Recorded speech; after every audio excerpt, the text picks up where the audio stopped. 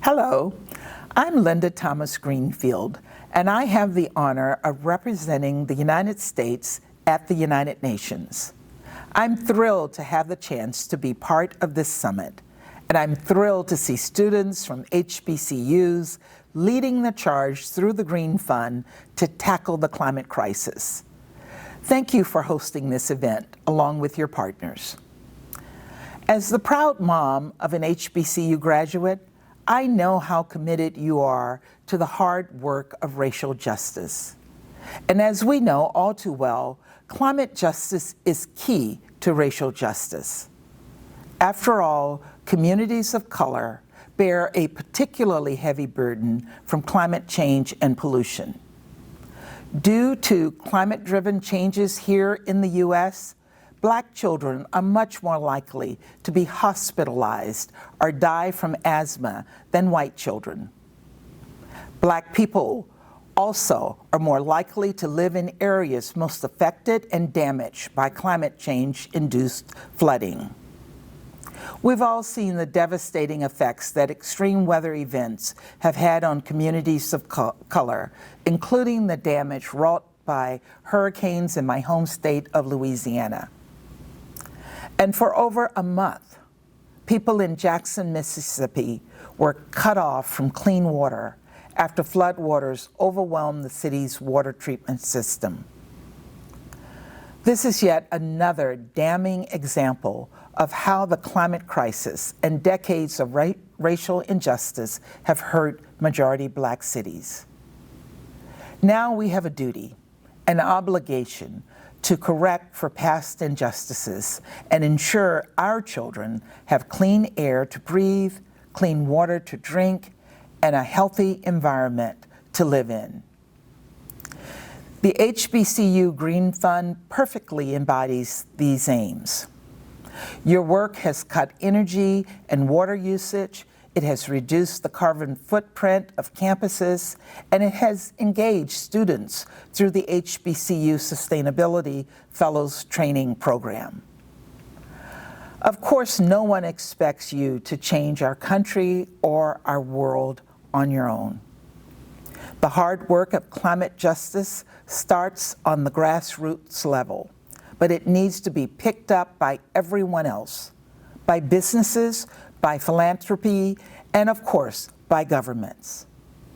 For our part, climate justice is at the forefront of President Biden's agenda. The Inflation Reduction Act, which President Biden signed into law just last month, is particularly transformative. The IRA is the single largest investment in climate and energy in America's history. It puts billions of dollars toward environmental and climate grants for communities that have faced long-standing and disproportionate pollution. But as we address climate change here at home, we must also remain clear-eyed about the fact that this is a global challenge. This is a crisis for every nation on every continent, and this is especially true for African people and countries. For our friends, our relatives, and our ancestral homes, just look to sub-Saharan Africa, which experiences even more devastating droughts every year. This, in turn, has triggered a dire food insecurity crisis. In the Horn of Africa alone, 50 million people are suffering from acute food insecurity. 50 million people. It is almost unimaginable, but it is the dark reality. Addressing this kind of global crisis requires all of us to come together.